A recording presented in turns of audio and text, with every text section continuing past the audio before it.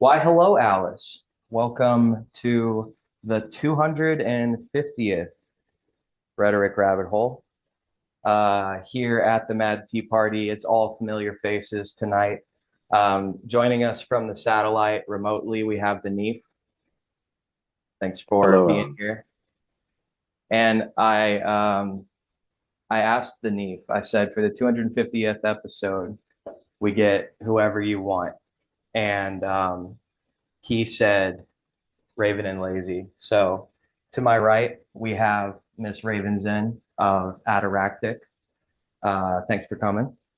No problem. And to my left, we have Mr. LazyPhalanges, host of our uh, Rhetoric Rabbit Hole Cinema Club, which this month we're doing Passion of the Christ.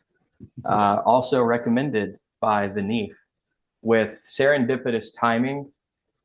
It's really funny that that's what we're doing this month. I'll get into why here in a minute, but before that, you've got a new song out, Yes. It's part of this new song out. yes. It's a demo. It's a part of a new song we're working on called Her Organs. You should go check it out on Bandcamp if you haven't already. It's Lots of very good. drums, lots of drums. Very good, very like 90s vibes. It reminds me of, which there's a lot more going on in your song, but it reminds me of that old commercial. It's like you wouldn't download a car, like the Yeah. the song from that. The anti-pirating Yeah. ad, yeah. And Neef, you put out some music not that long ago, right? I put out the second track from my upcoming record album called the album is called Speaking of Which, and the second song that I released is called What Lives. It actually features Miss Raven singing backgrounds for me and harmonies with me. So it's kind of a little bit of an upbeat dance number, if you want to call it dance, Oh you yeah. know. Um, and I should have another one coming out real soon that is slowed down quite a bit and very R&B. So Oh yeah. Go check that out. That's available on platforms as well, places where you find music. And without further ado, we get into it.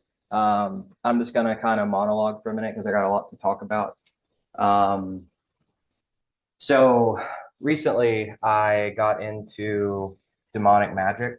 Um, the last like month or so, I've been reading this book called Introduction to Demonic Magic, and I read the book and I went to go get some candles from Aroma G's to shout out to Aroma G's. They did nothing wrong. uh, Still a good source for that kind of stuff. But I went there to get some candles and got back and realized I needed one more candle and I needed more candle holders. I didn't get enough stuff. So that delayed me in doing the first ritual I was going to do. Um, so I went back again and got the stuff. Um, and then the next day, this last Saturday, I was going to do a ritual, but Saturday morning I was at work and was just sitting at my desk. And the night before I had done, we got like pretty drunk. We went saw a show at a five spot, and I drank a lot and stayed up late, and um, and I think that contributed to what happened. But basically, I think I was in a vulnerable state because I was hungover and exhausted, and so I didn't have my usual. I already wasn't all there, But I was just sitting at my desk and just out of nowhere, I my whole body seized up and I got like cold sweats and I wasn't here anymore. I had this vision and I was in like what I can only describe as hell. And it was,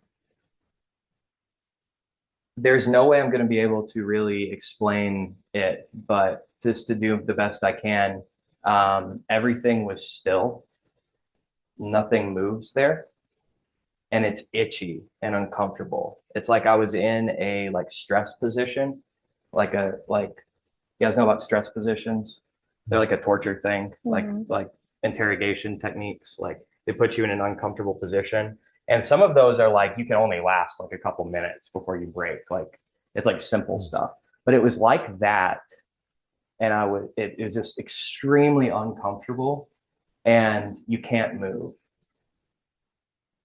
And it wasn't just me there. There were like a bunch of people there. And um that was painful, but the worst part was God wasn't there.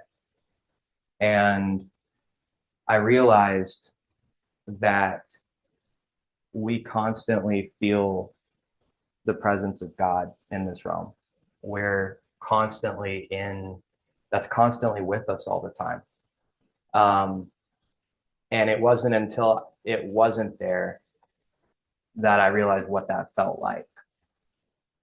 And that was the worst part. There's nothing worse than that.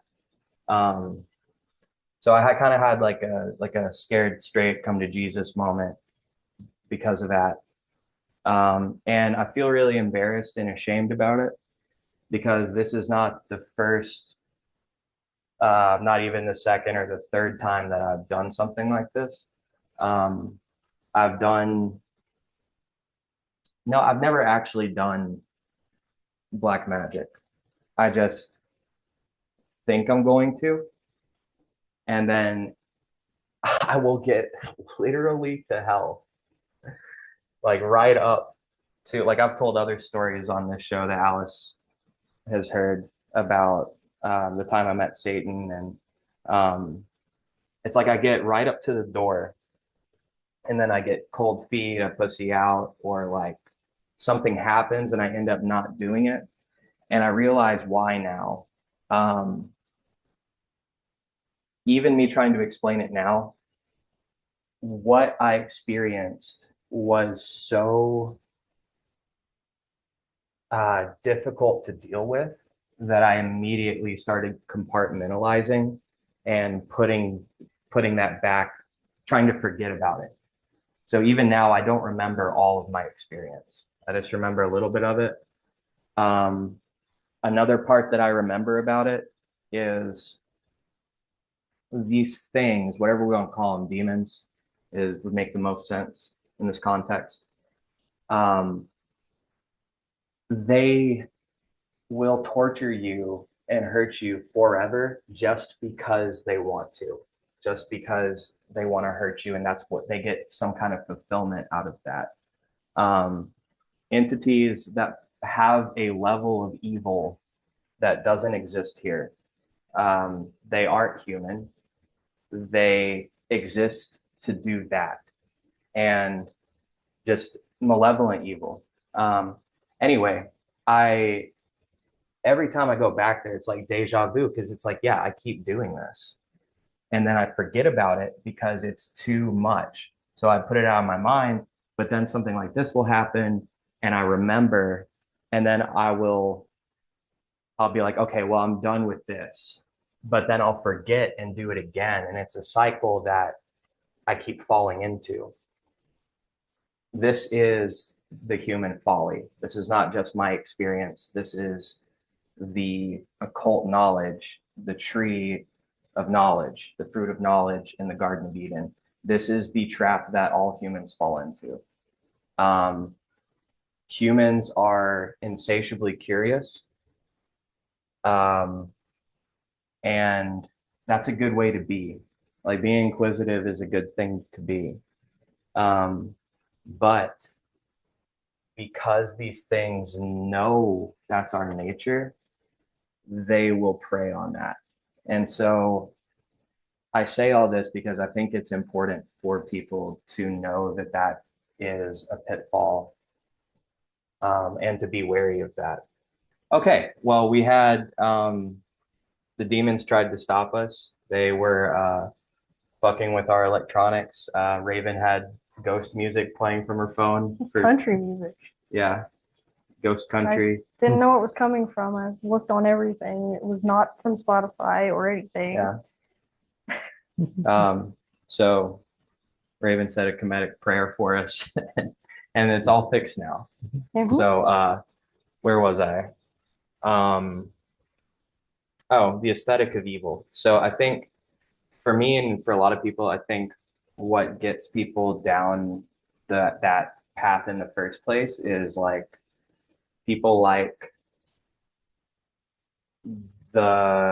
especially when you're young, like a teenager, you like the Tim Burton Hot Topic like aesthetic, which isn't bad itself, but what am I trying to say? Evil looks cool to some people. Like evil will use certain sounds and images to attract. And I think if you imagine like where the light doesn't do such a great job of that all the time, if you imagine like a youth pastor that's like trying to relate to the kids and he's like, hey kids, I know you're a juggalo, but let me tell you about Righteous Jay and his 12 insane crown posse. And it's like in an effort to appeal to kids, it actually just is like, this is lame as fuck.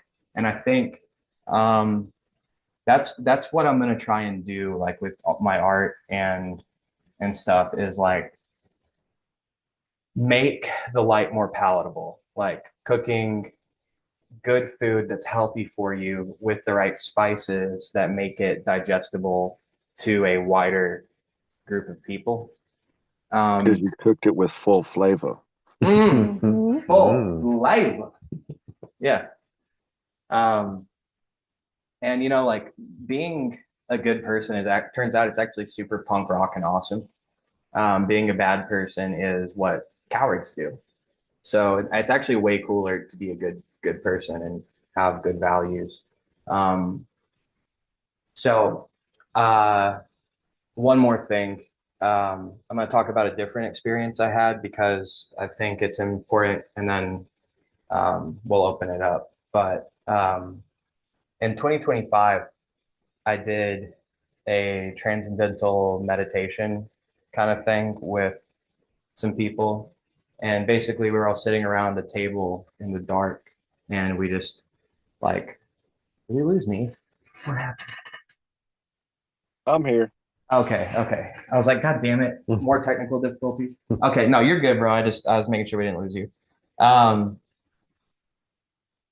so we were just we were sitting around this table, and we it was dark, lit by a candle, and we just kind of like breathed and meditated and got into a very relaxed state. And the three of us met up above us. And the person that was leading the ritual that we were doing, she was telling me that the things we're reaching out to, they're so buoyant and light that our reality is too harsh for them to exist here. They can't like materialize in this space because like when you leave your body, you realize how heavy a body is. It's like if you leave your body and come back, you're aware of all your aches and pains. Like things they're just constant day-to-day things. So you don't realize that you're carrying that around until that burden's lifted. But anyway, that this reality is just really harsh and coarse for these kind of things. But we met up um, upstairs, and the things we encountered, there were three of them. There were three of us, three of them, and we kind of got paired up with different ones. And I would describe them as like grays. You know, I think of aliens like a gray, but they were really tall, like taller than a normal person. And I didn't, these things were not, I wasn't getting any negative vibes from them. It was very like well intentioned. And the reason I say all this is because we were given a message, and that message was that this happened last year. The message was in 2027, some kind of celestial event will occur, and it'll be on such a large scale that the governments of the world will not be able to cover it up. It is my belief that the reason we're getting so much soft disclosure, like kind of the government talking about aliens, but not really, is they're doing like a soft release on this kind of information because they're not going to have a choice pretty soon. And I think they're aware of that. And I think they're kind of trying to brace people for it, but not in a like a well-intentioned way. Like they're trying to, if they gave a fuck, they would just tell people. They don't give a shit. But anyway, I believe that's going to happen. If you're listening to this, you probably think I'm crazy, and that's fine. I am. I'm fucking nuts. But I do believe that this is a thing that everyone should be aware of. It's going to be it already is a really hard time for people right now. Everyone is going crazy. The world's crazy, you know. If you're anxious or depressed in this world, that's not a statement about you. Being anxious and stressed out about reality is a normal reaction to what's going on in the world. There's a lot, you know, take care of yourself and don't get stuck there. But if you're there, that's not your fault. It's the world is fucked up. And we're going to need each other. Community is going to be crucial. I mean, we're not going to be able to survive without each other. So, like, I guess the moral there is like touch grass, you know, connect with nature, but also connect with your neighbors, connect to people around you because you're going to need them. Thank you for coming to my TED talk. That's all I had. So we can talk now. I had a lot to say, so I just want to get that off my chest. I think Neif had something he wants to say too. Yeah, Alex was discussing a little bit of this with me earlier, and going back to basically his initial experience of this overwhelmingness hitting him. It reminded me very much of a poem by Jim Morrison, called "Stoned Immaculate," and it's was derived from to make one of their songs. But anyway, Alice, this is your hymnal for the evening. I tell you this, no eternal reward will forgive us now for wasting the dawn. Back in those days, everything was simpler and more confused. One summer night, going to the pier, I ran into two young girls. The blonde was called Freedom, the dark one, Enterprise. We walked, and they told me this story. Now listen to this. I'll tell you about Texas radio and the big beat. Soft, driven, slow, and mad like some new language. Reaching your head with the cold, sudden fury of a divine messenger. Let me tell you about heartache and the loss of God, wandering in hopeless night. Out here in the perimeter, there are no stars. Out here, we is stoned, immaculate. Yeah. Yeah, I feel that. I really think a lot of what you were talking about, and when you talk about it not being somebody's fault, it's, based around society. A lot of that rings into my discussions on domestication and mental health, which, as a lot of people know, I have not necessarily the most popular opinions when it comes to a lot of things, but I really think a lot of our social issues spawn from the same problems that domesticated animals have, because domesticated animals were once genetically different as wild animals. And for us to not realize we've done that to ourselves is absolutely foolish, but nobody really wants to address that. And I think that's what a lot of anxiety and depression and these things come from, because, we don't have to run elk down anymore. We don't have to worry about, the natural disasters in the same way that people once did. We don't have to worry about a bear coming and attacking the village or a pack of wolves. So everybody's so complacent. And when it goes back to this life energy that we actually have to be able to adapt and survive, one of the most adapting creatures on the planet. It's almost why it seems that we're alien to this place. And I think it is very much I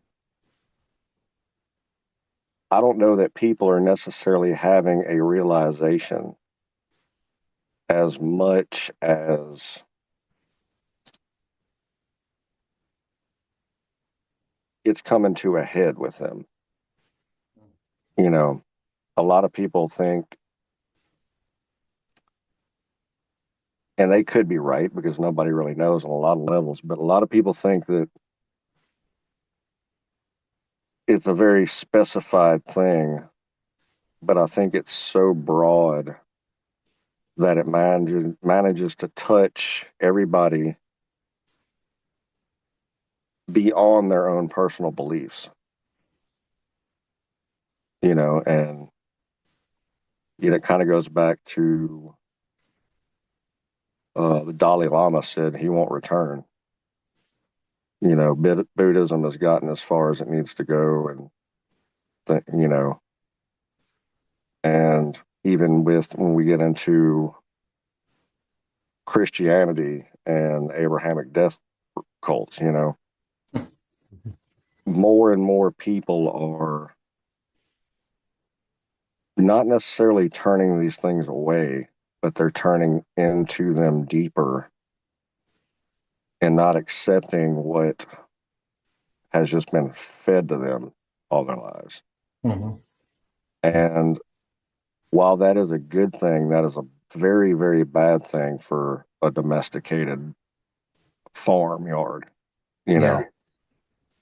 And Ungovernable. right, because even if you're, completely wrong in all of your estimations and, all of your conspiracy theories are conspiracy theories, the idea that you can't be told by this governing entity what is correct and not, because you can't trust it. And it's almost to the degree that you only trust it to be lying to you. So more than likely, you're going to disbelieve what it tells you. You know? So I think that's the idea. You know, Morrison was talking about, he was bringing it back to, you know, the first man, wandering a hopeless night. You know,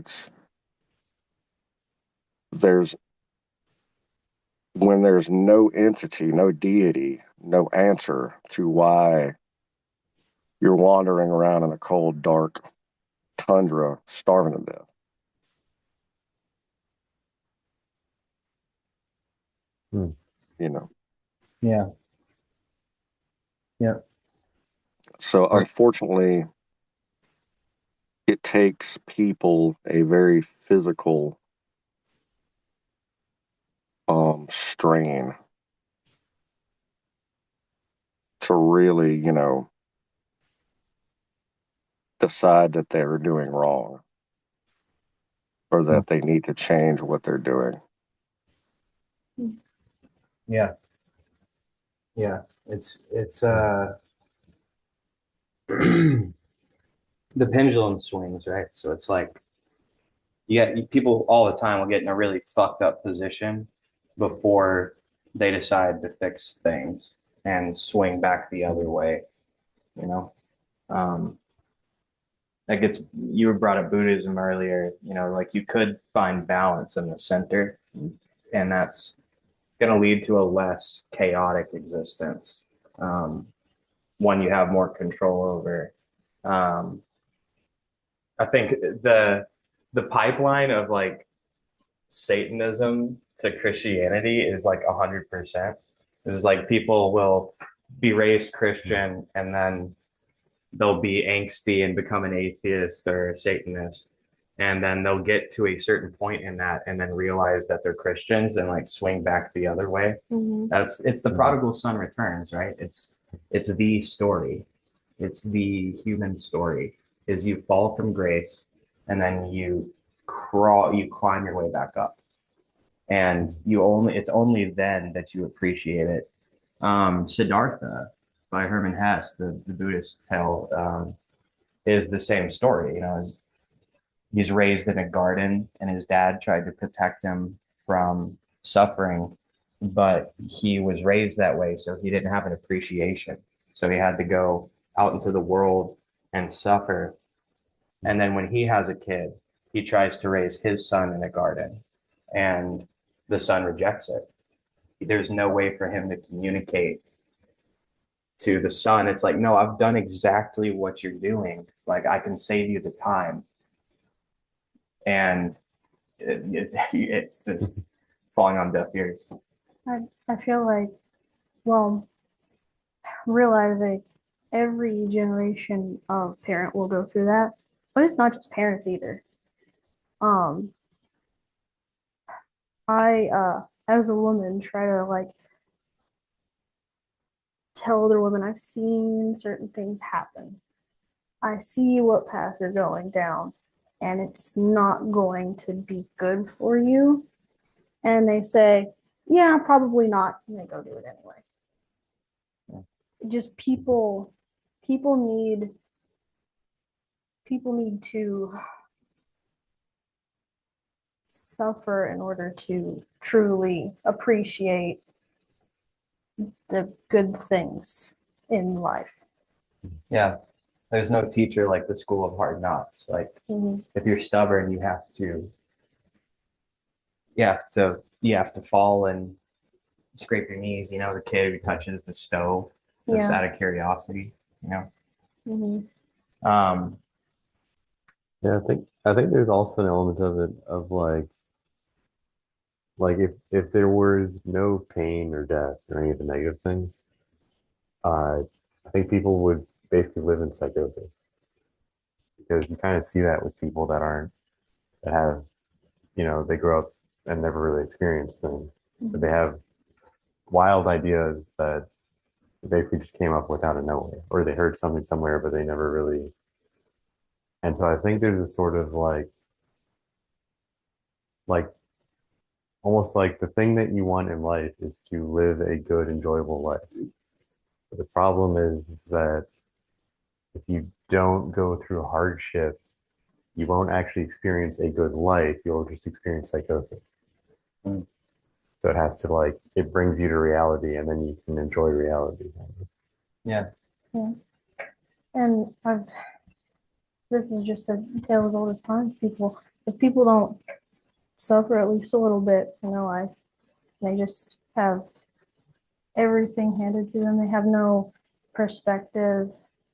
They they end up making their own suffering Yeah. eventually. Like they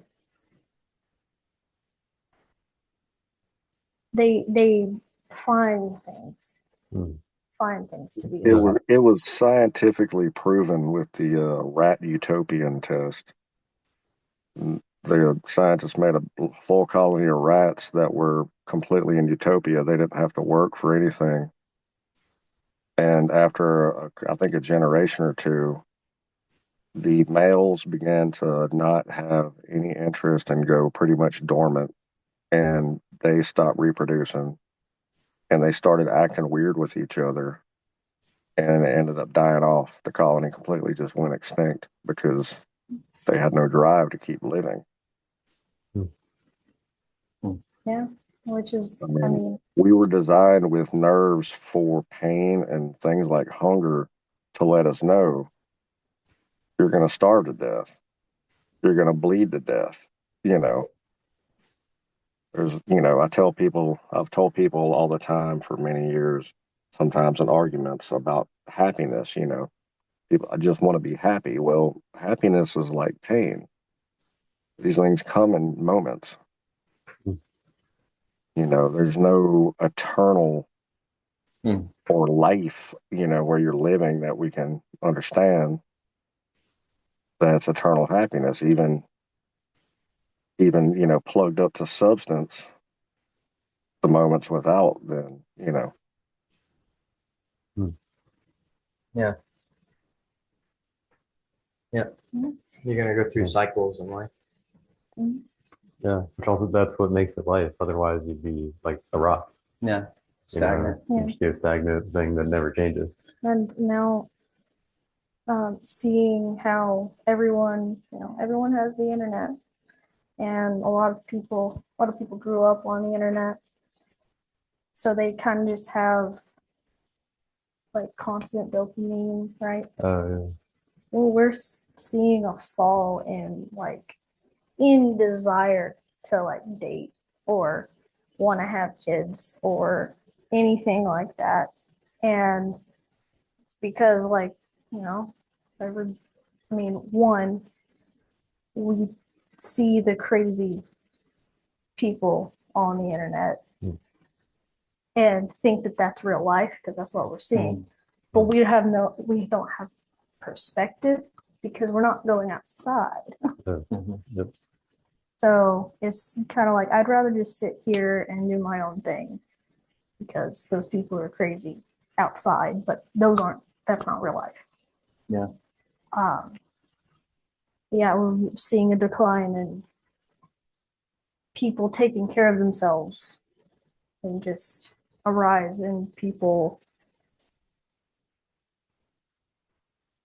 just making their own hell, really. Well, it's interesting also because there's also simultaneously a decline in self-reported happiness. Mm-hmm. So it's not even like these things are actually making people happy. No. It's like, no, they're actually miserable Yeah. in their pursuit to avoid any discomfort. They've made themselves completely miserable. Mm-hmm. Yeah.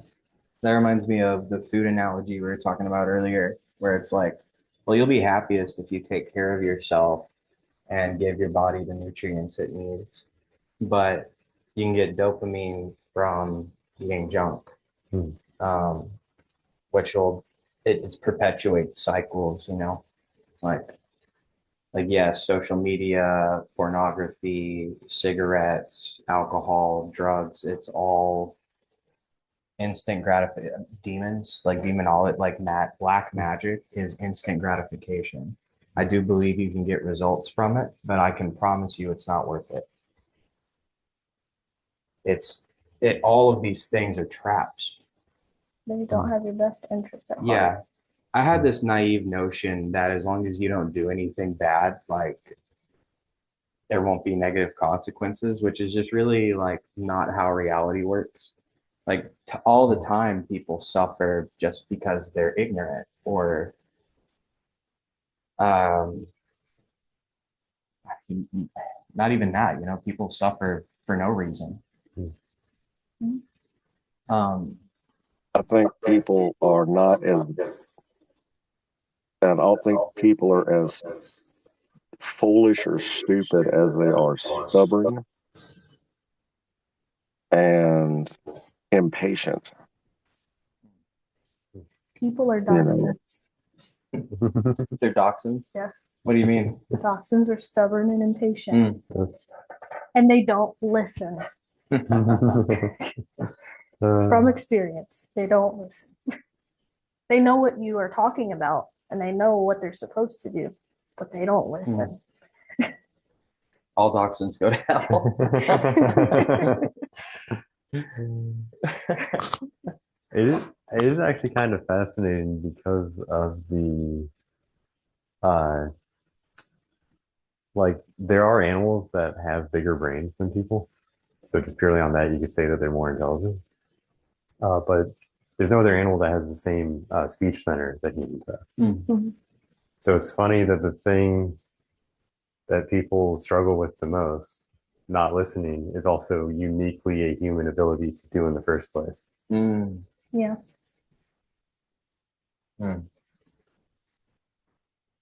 We have the capability, we just don't use it. Yeah, and that's the thing that's always like, oh, why can't you learn from somebody just telling you? Yeah. I don't think this is a test. I think um I think there are malevolent forces that just exist and prey on people. And God doesn't have control over that. There are spaces beyond his reach. At least he doesn't interact with it. I don't know if that's like a can't or doesn't, but there's realms beyond what God observes. And I've always felt that must be the allure to deities is to be human, because it's like we're saying, we don't know that you can experience these things in other planes of existence, and all we understand in our theology and even mythology, gods don't experience pain or necessarily even things that far outside of sin. Even in Greek and Roman mythology, they speak of them falling in love with each other, or humans falling in love, or this and that, but it's always based around being entranced or a folly. So it's more lust. It's not necessarily, it's a desire for gaining, not necessarily what one would consider pure love. So I think, and I believe it comes from Tibetan Buddhism. Could be from the Vedics, that the idea of the different realms of reincarnation, and there's many, one of them being, a beast, a demon, a deity, all these different things, but everybody really wants to become human again, And so apparently it's like the coolest fucking ride, you can take. yeah, that makes sense, right? Because it's like what's unique to us and not God's is limitations, right? It's like Right. struggle is appealing if you don't have it, you know? It's also like a trial, like you can put yourself through a trial. You can test your merit against the world. If you imagine like a dissension, like being incarnated as a person, you could you could just see how you stand up. It could be competitive, like you compare it to other people, or like um, you know, or maybe it's like you just want to interact with. I mean, like actually, now I think about it, there's lots of stories of things coming down to interact with people. Like the Bible has the story of the Nephilim, like demons coming down to earth to mate with human women because that was more appealing than what they were doing in heaven. And that's not an uncommon story. Like Nope. things choosing to be in this place. Theology and sexuality go so hand in hand. It's really, really insane Yeah. it's really been an obvious thing to me for a long, long time. You know, um, like people talk about the Kama Sutra, you know, such a high percentage of people that have even brought that up. I've even seen video discussions of it and things.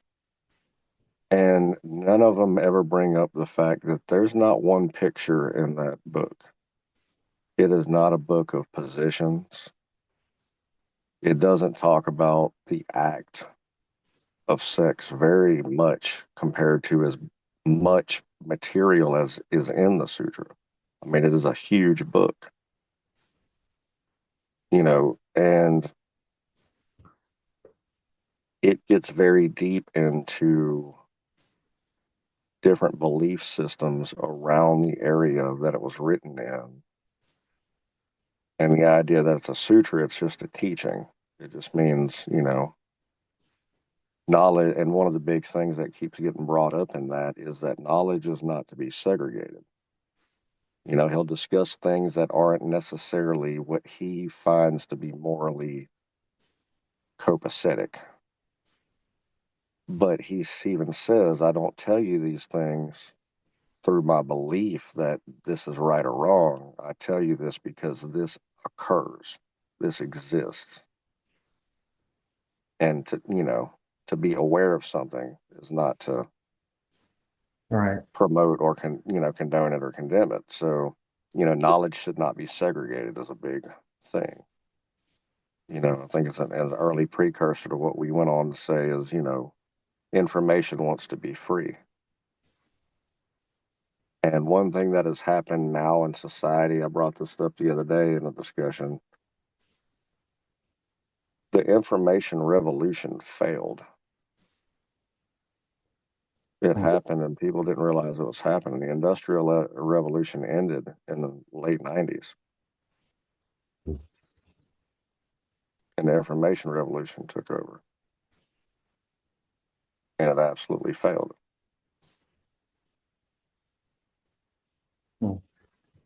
You were saying something the other day about another industrial revolution, weren't you?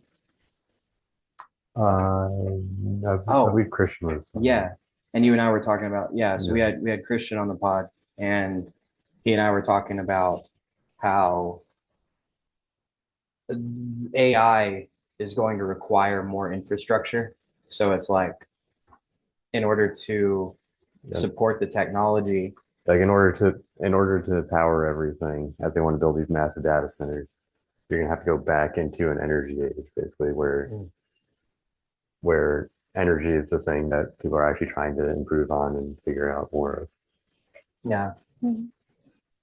Yeah, it's like we have these huge information systems, like that's like LLMs, for example, but like even more advanced AI, like, but that's going to require a ton of energy. So optimization and just perpetuating more energy. Yeah. It's funny that it's interesting that we're going to have another wave of that. It'll be interesting to see because I think also right now, um, because of the Industrial Revolution, everything's set up in a way where things have to continue. So there has to be like a new industry that is progressing. I think that's what we've run into with AI and why everybody's so annoyed, where it's like, what do you even use this for? Because we're now coming up with technologies just because we need a new technology, because that's how we're set up to what's the next big thing. Mm. But then it's like, oh, well, here's a new technology. Like, yeah, but what do you even do with this? Yeah. Like, who asked for this? This doesn't really do anything. And the people that are using it for things are trying to find out how to use it for things, like corporations, for example. They don't actually know how it works or how to properly incorporate it into anything. One of those things, for example, is the job industry, using AI to sift through different applications for new employees, and they just automatically just nope, nope, nope, nope. Like they don't really know what, I don't think the AI really knows what it's looking at, or some companies in the past, they're cracking down on it now, or they say they are, have like pre-programmed their AI to only accept applications in the first place from certain groups of people that they want in the company because they're biased. They don't want to say they're biased. They'll just blame the AI if it gets out. Yeah, AI is a scapegoat. Mhm. Yeah. Well, it's not my fault that you failed the job interview. It was the AI. The AI is the one that was supposed to ask all the questions and it messed up. Sorry. Yeah. Yeah. There's friend of mine works for the storage industry and was telling me that prices and price increases are generated by AI. So there's always that excuse, right? So it's like you can't, we're not the bad guy, it's AI. It's like, it's interesting. It's like this doesn't do as much good as much as it gives people an out. It does a lot also, right? Like there's a lot of advantages to this technology. Like, like I use it for certain things. Like, it's good resource for information sometimes, Yeah. except Gemini. Yeah. But a lot of people, because AI is such a buzzword now, associated with large language models like Gemini, Grok. In general, there's been a lot of AIs that have been around for a long time. Artificial intelligence is just a type of programming, or a result. With companies, the problem is if somebody gets hired onto a company and thinks that they can get on Gemini or GPT and get it to work out what they need to do for them, they're not necessarily using the proper AI they need to be using to run numbers in their company and check things like that. It's not a large language model they're looking at. And that requires a programmer who can actually read the data and input the data into an AI that they're getting data from or having data processed. So it's like anything, it's marketing. All the companies that run AI and want you to join them and pay them are going to obviously push it. So there's nothing, stopping them. I mean, there's AI readers now that you can have read documents to make sure it wasn't AI generated. But at the same time, you can use it on your AI generated document to rewrite it for you. Yeah. So it doesn't seem as AI generated, even though an AI rewrote it, So And well, what doesn't help, like again, AI can be used for like more like for good, but um, kids in schools are just kind of using Chat GPT to finish their homework. And I remember hearing something, it was a while back, it was a few years ago. They were starting to do this, and some teachers were like accusing children who were writing like really good essays, like they were actually smart. They were accusing them of using AI and basically gave them an F because their essay was too good. Oh, that's so fucked. And now, like almost every kid is using Chat GPT to get their homework done. Well, one, because I've heard teachers also say they explain something to the kids. They give them a whole outline for it. They explain it to them again, and the kids just sit there like, "Huh? What do I do? I don't know what I'm supposed to do." And they like just write down the question that's on the paper as their answer. And so it's either that or they use Chat GPT and just type everything in and ask them to answer the question for them. And them starting out like that doesn't set a very good precedent for the future. Yeah. It's kind of the same reason it happens is because that's a lot of lack of parental intervention. I have heard parents not caring at all, just like their kid gets an F and their parents are called and the parent goes, "Well, can't you just give them an A?" It's generational at this point. Yeah. Like it's the blind leading the blind. Like the parents are stupid too. Yeah. Yeah. And the parents didn't want the kid in the first place either. It's part of that domestication thing I was talking about. Yeah. And it's also the information revolution failing right in front of us. Yeah, We've got all this information and nobody knows anything now. Nobody cares to know anything. Yeah, I think kind of what's happening is like Neif saying, I think it's like if you look at domesticated animals, they're always really dumb. Like, or almost always, as in comparison to, at least in comparison to a wild counterpart than like always. And if you look at people, it's like for some reason there was this idea that new technology and more information would make people smarter. But instead, as it takes care of things for people, they become more domesticated even, and they become more helpless and stupid. Yeah. And now that, the precedent was set that like, oh, you go to college or you're a failure. Now everybody goes to college, but nobody knows anything. Yeah. Nobody has any logical train of thought. And so people are like, oh, I'm educated, but they don't know anything. Yeah.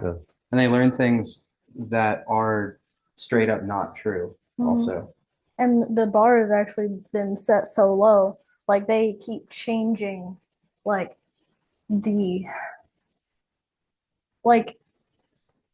to go back to not college, but before college, the No Child Left Behind thing.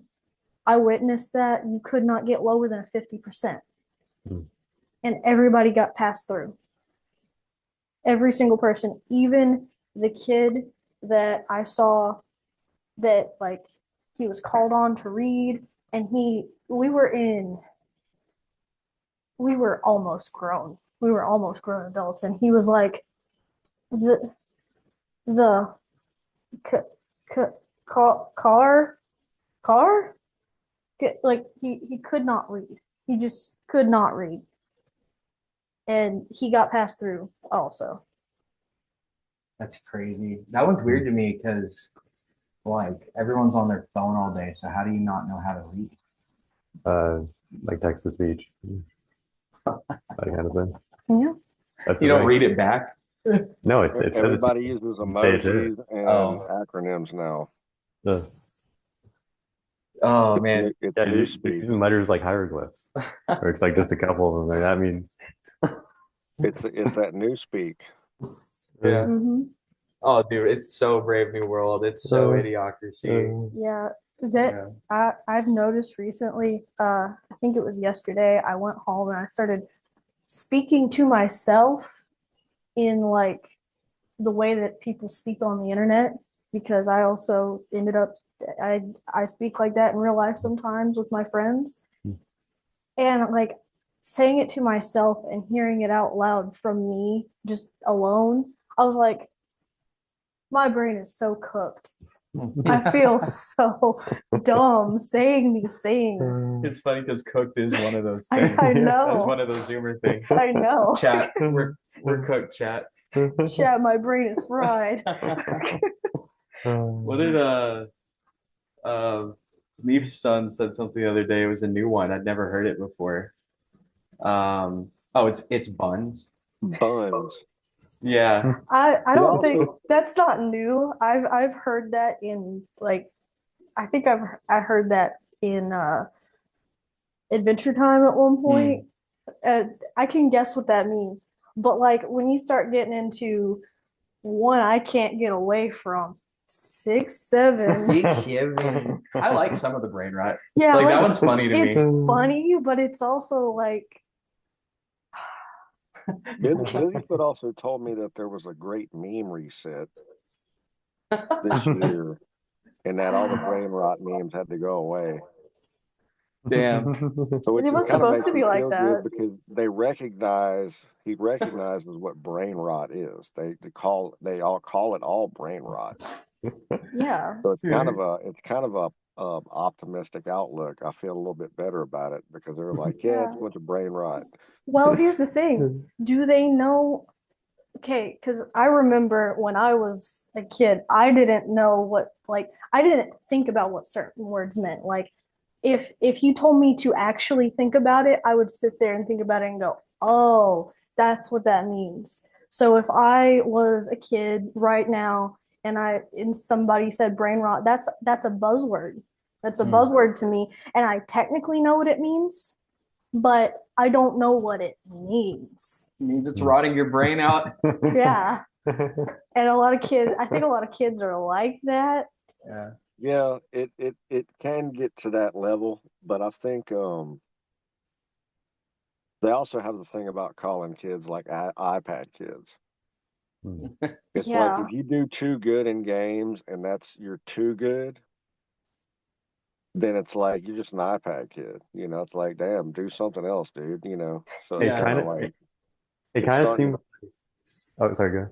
I think the technology hit us, and they're starting to come back around. They're start getting I, at I people was for being tech heads. I was gonna say it kind of seems like bullying is making a comeback because kids are like, if their parents won't and their teachers won't, they're gonna do it to each other. Yeah. Yeah. That's good. Let's bring back bullying. They're like, no, they're gonna make fun of each other for doing I mean, stuff. I remember when I was little, some kids needed to be bullied. And I'm not gonna lie, I did get bullied and I deserved it. I'm glad because I turned out the way that I did. I'm not as cringe anymore. I didn't go down the super duper autism route, like, you know what I mean? Like I didn't just stay by myself and like rot away in my bed and Looking at images of Sonic the Hedgehog. My Little Pony more like Oh it. yeah. Yeah. Neif, when you said great meme reset, I'm just imagining like a Council of Nicaea for memes. And it's like these are canon, These are not. Well, I heard about the great meme reset that was supposed to happen, and they're like, we're gonna go back to like early memes, and I was like, I don't know if the kids could do that because There's the so original dated and classic so one. millennial that like not even I can handle that sometimes, and not even some millennials can handle that sometimes. Some of the antiquity memes were pretty bad. Like, Yeah. remember that one school yearbook picture with the kids? Mhm. It was just like that's the memes of like our generation. It was like not really in retrospect, like they weren't very good, you know? I think I like some of the brain rot memes. I think they're funny. The ones that were purely like just stupid humor.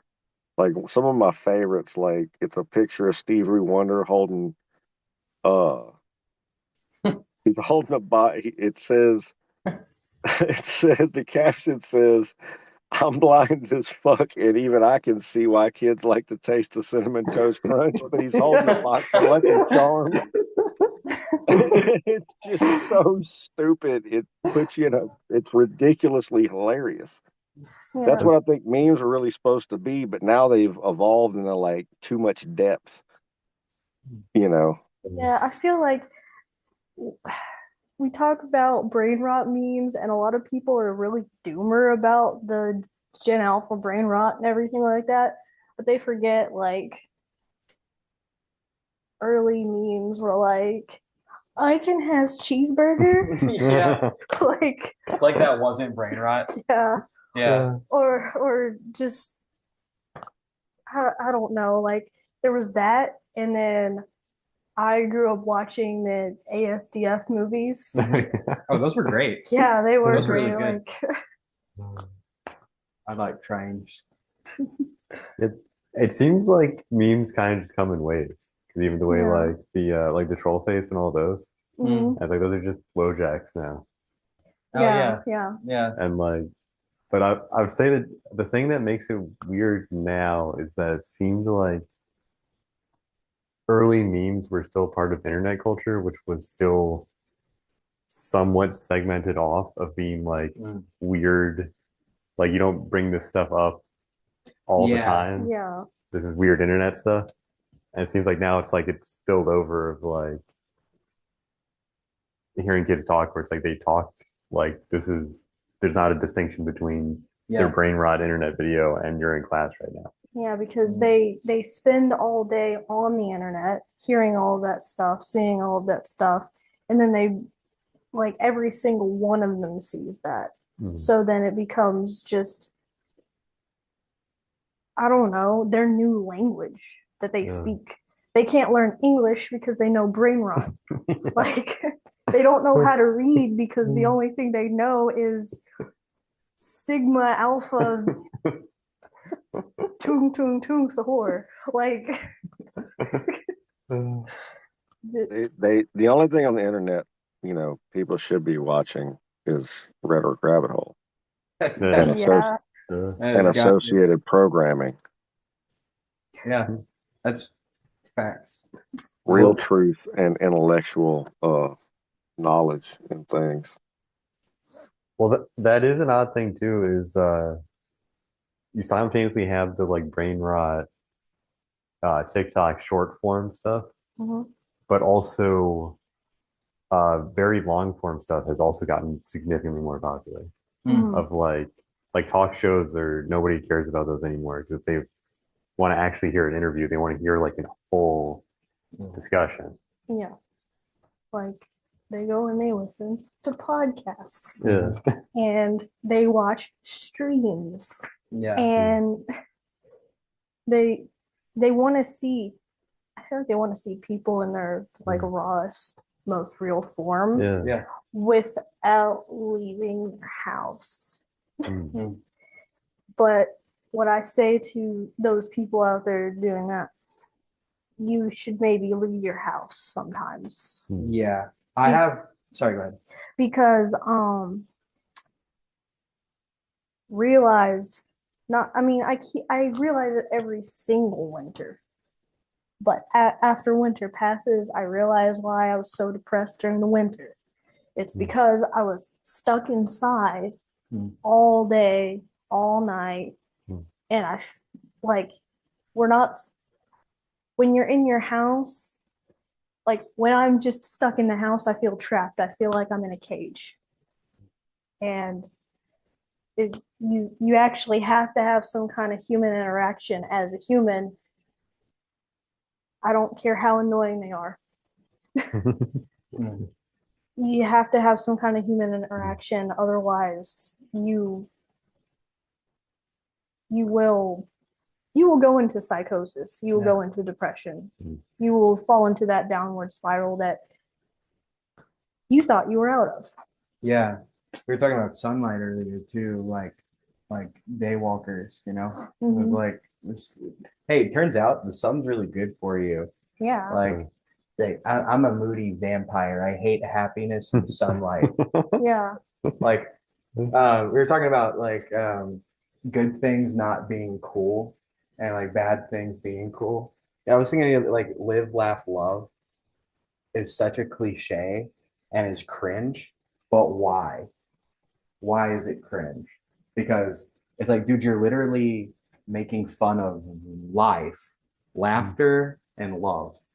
Like, those are like the the best things. It's kind of because it's because it's ironic the people who have those things are not happy. Yeah. It's also because that was purchased for, you know, $19.99 at Bed Bath and Beyond. Okay, And good point. it looks the exact same as all the other ones, and you hang it in your fucking bathroom. I'm gonna get one of those tacky live, laugh, loves. It's gonna I'll be just make so it. gross. I'll just Hell make yeah. it. Let's fucking So we go. don't have to like Just make one that looks cool. Let's not pay the corporations anymore. Just Yeah, make yeah. things. I want the hang in there with the cat on the tree limb poster. Oh yeah. That's classic. That's a good one. Raven's gonna make a live, laugh, love, and then we're gonna get one of those singing trouts. You know what I'm talking about? Yes. Like you press the button and it. Or just hook it up to Bluetooth and just we're playing this song right now. Crawling in my sleep. But that's how I'm gonna release my entire record. You can only get it on a single. Hell yes. At Bass Pro Shop. Ace Hardware. I do think there is something to that though, of the like you're talking earlier about why evil things are like cool and why the good things are like kind of cringe. But I think it's because for a period of time, all the people that have been like presenting the good things as like this is what you should follow have been doing so as like purely an aesthetic thing. Whereas like that person doesn't do that at all. Yeah. That's why you have like even like there seems to be a sort of resurgence of religion, but in terms of like people want to actually understand it, not just you go to church and listen for an hour and then leave and I'm good. Don't question things. No, like we do question things. We try to actually be good people and not just like I worship God, so I'm a good person. Even though you're doing all of the bad, evil things. Also, you're going to church and saying, oh, it's fine because I washed myself of all of my sins, and then you do it all over again. And people don't want to associate themselves with an image of hypocrisy. And so people don't want to dress like those people. They don't want to present as those people because people might get the wrong idea. For me, I dress goth all the time. I've done it for a long time. It's just kind of part of who I am. But that is seen as like a certain kind of person that likes evil things, likes, being overly sexual or overly indulgent and a lot of things. that's not who I am. I do. I mean, I just it is like an evil aesthetic, kind of, Hmm. but it's not like I personally don't want it to be associated with that Hmm. anymore. Now I think it's associated. I mean, it's associated with evil people, but it's also associated with, again, hypocrisy. Yeah. I think it can be things that look cool and like things that sound cool can be used in the opposite direction. Just rebrand it as like dress the way you want to and be an example in be a positive example. You can rebrand it instead of Kind of connotation. Yeah. the metal community, especially early on, like the very heavy stuff, got kind of the same branded because a lot of it was, death metal, quote unquote. And but so these crowds were some of the nicest crowds you'd ever see. Yeah. Mhm.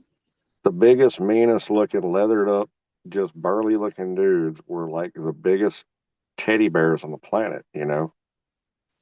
Oh. And they weren't a threat, they were more of a protection. I've seen more issues get taken care of in scenes. Our punk scene was kind of like that too. And the old idea of the punk scene was that it wasn't all inclusive, but it was nobody gave a damn about expressing themselves because nobody gave a damn about what you thought about them, Mhm. and that was the whole point. I And think I think that the one of the main things that will really help drive the society forward is the resurgence of individualism,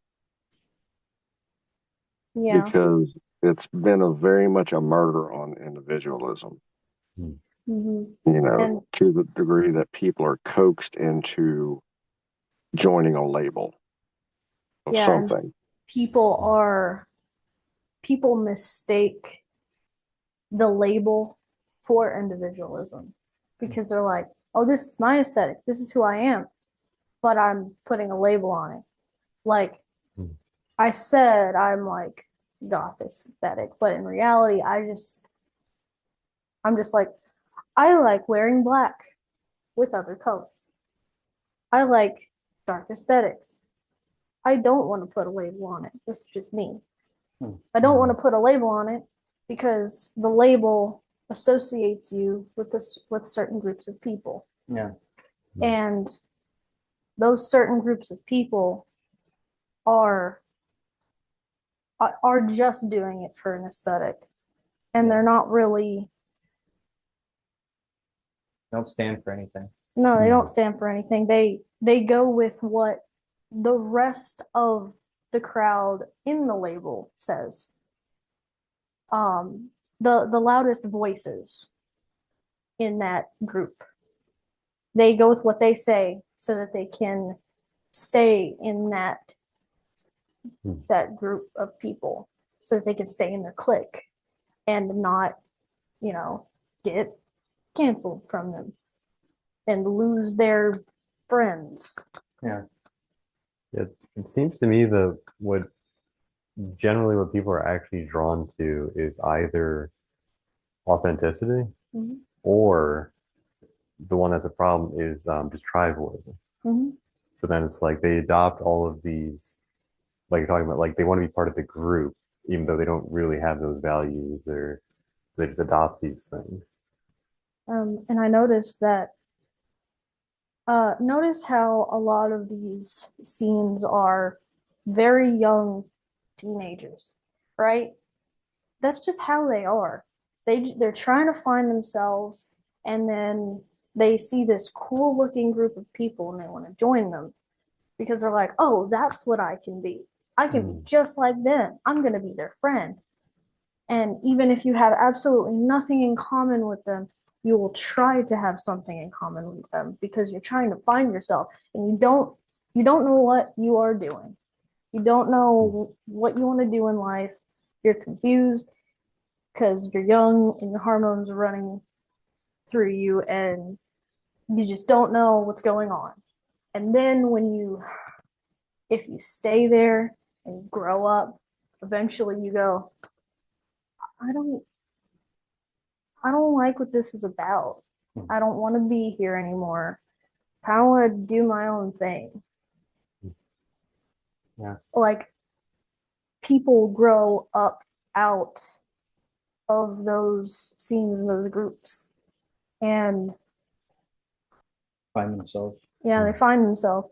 And a lot of the times they find themselves because they got cast out of the group. Yeah, it's a blessing. Mm-hmm. Best thing that could happen to you. Yeah. Yeah. You brought up people are not only are they interested in like brain rot TikTok stuff, but also long form content is making a resurgence. People want actual discourse, right? People turns out like long RPGs like Baldur's Gate actually have a mass appeal, you know? And I think I have a theory. I was just talking to Cody Parson about this on another episode. I have a theory that live music is going to make a comeback. I think because we are getting more and more into an isolated, everyone's on their phone, no one has any human contact. I think that's going to hit a breaking point where it's like, actually, I just want to be around people and see real art. I think also like a nature resurgence, people are going to want to be in nature and unplugged from, and all these things are popular. People go see shows, people go on hikes, right? But I think we'll get progressively more of that as an appeal as technology progresses. So we'll probably see these two things in tandem, right? There will also be in your life the digital space. You'll also be attracted to the augmented reality, but you'll need to offset that with something. People are looking into religion in a serious way, not in a pageantry way, like getting really just the thirst for content of like just like substance, like not empty calories, just like actually something to feed your brain with. And I think we'll get a comeback to that. Hopeful. Yeah. Personally, with all the brain rot and everything that's on the internet, I've found myself I'm learning chess. I'm going on Khan Academy to do math for fun. Hell yeah. Like Nice. I'm learning health and wellness for fun. That's Like, awesome. I let's how about some brain food instead of brain Yeah. rot? You can have a little bit of brain rot every now and then. What? I went to challenge Neif to a chess game today, Mm-hmm. and it said Neif outranks you by 700 points. Try a balanced game to make it more fair. I'm like, fuck you. Like it's trying to roast me as I'm trying to tell. I'm like, Yeah. go fuck yourself. No, I don't want to. See, I don't want Neif to be handicapped. It's like, what if Neif had less pieces than you? I'm like, why don't you fucking shut the fuck up? it's crazy because it might not do that to me because like You're not a loser. no, I've been doing so many puzzles and it's like find the checkmate and I'm like find the checkmate and I can do it, right? When it comes to actually being in the game, I'm like, what's happening? You're getting Where is better. it? You're getting better. You're also fucking just out the gate aggressive as fuck. I'm like, God damn, you just came straight for the throat. What the hell was that? just cutthroat as fuck. It's like Very aggro player she is.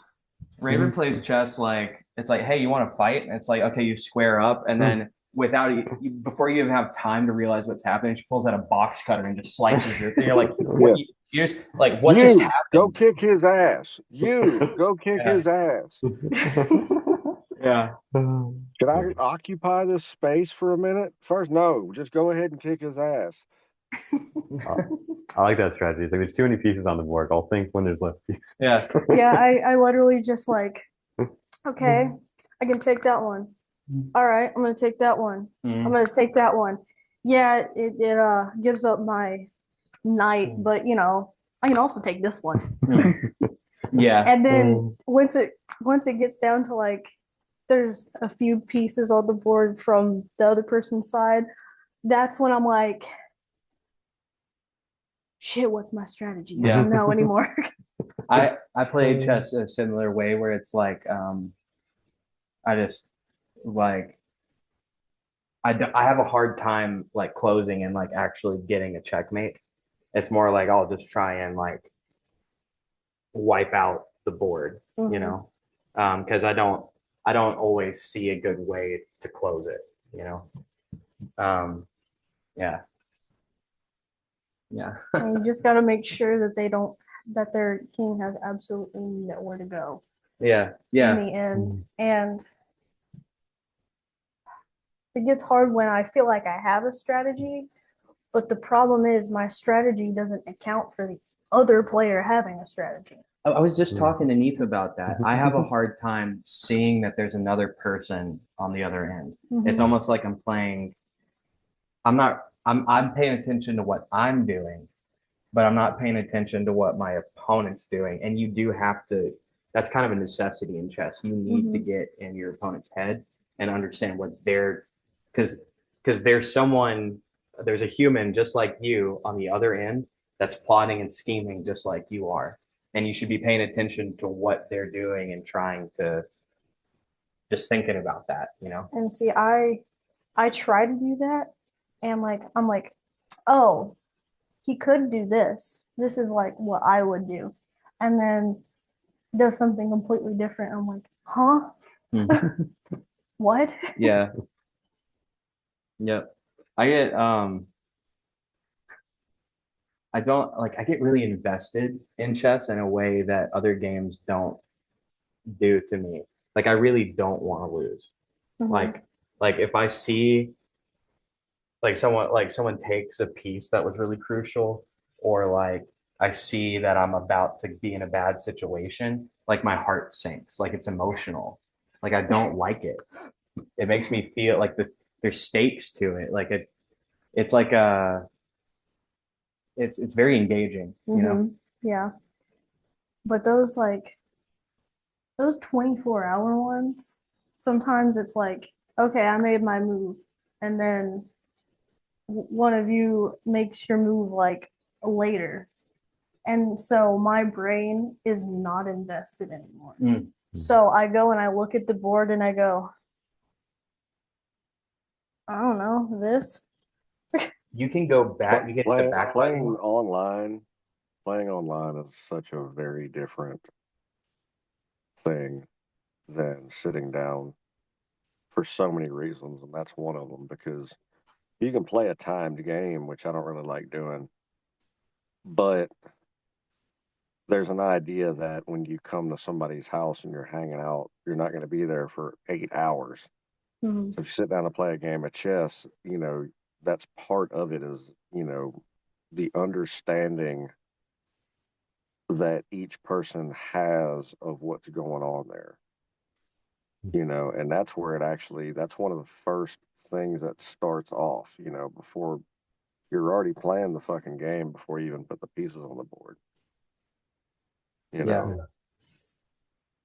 And so when it's on a computer, it's much like she's saying, is you can lose investment in it, and it also can give advantages, because if somebody plays a lot or has played a lot more, and you know does beat you a lot, it's not a good idea to give them the ability to sit and stare at the board for days in and days out, you know, Mhm. because all it does is, because that's what I'll end up doing if a move gets made and then I make a move and then nothing happens for a while. I'm still going back and looking at it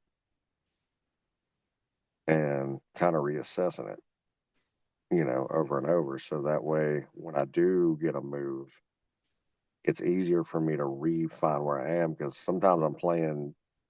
I mean, I was playing both y'all and a computer game, and I'd have to reassess it, you know, and remember what the idea was. But that's that's my approach. Is chess is a puzzle. You're playing with somebody else against yourself. Chess is a puzzle. You're playing with someone else against yourself. Yeah. I like that. Mm. And they're doing the same thing, Yeah. So it's people don't. The craziest thing is that you never actually kill the king. Yeah. That's a good point. And a stalemate is not a checkmate. I Yeah. was more pissed off when I won against a higher level bot with a stalemate. And it pissed me off because I was like, I could have checkmated him, but I was dicking around or something. I don't know what the hell I was doing, but he managed to walk himself into a stalemate, which I'm not used to happening, you know. So, Does that still count as a win? um, it's different in tournament, you know. I think the points are different, but So it's not as many I points. count Okay. I count it as a win depending on who is put in the stalemate position, because it basically just means your king isn't in check, but you cannot move. 'Cause Right. Yeah. You can't put your king in the jeopardy, and if he's not in check and you have no other piece that can move on the board, and he can't move anywhere, then that's a stalemate. Yeah. It's also if you're down basically just two kings, because kings can't approach each other, and that's really a draw. Right. Yeah. Yeah. Yeah. When that's one of your only ways to have a draw. But if you're the king that can't move and it's stuck on your turn, it's technically your loss in a I gotcha. skin one up game.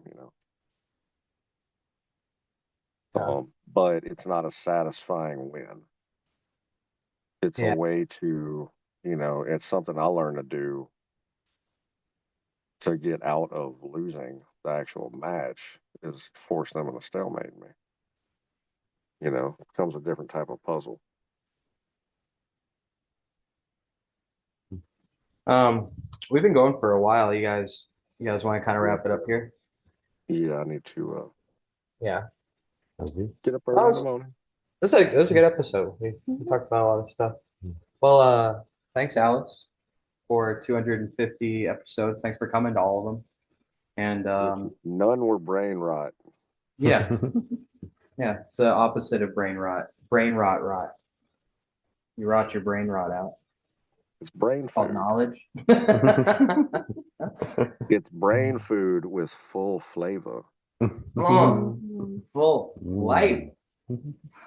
Catch us next week for Passion of the Christ movie club.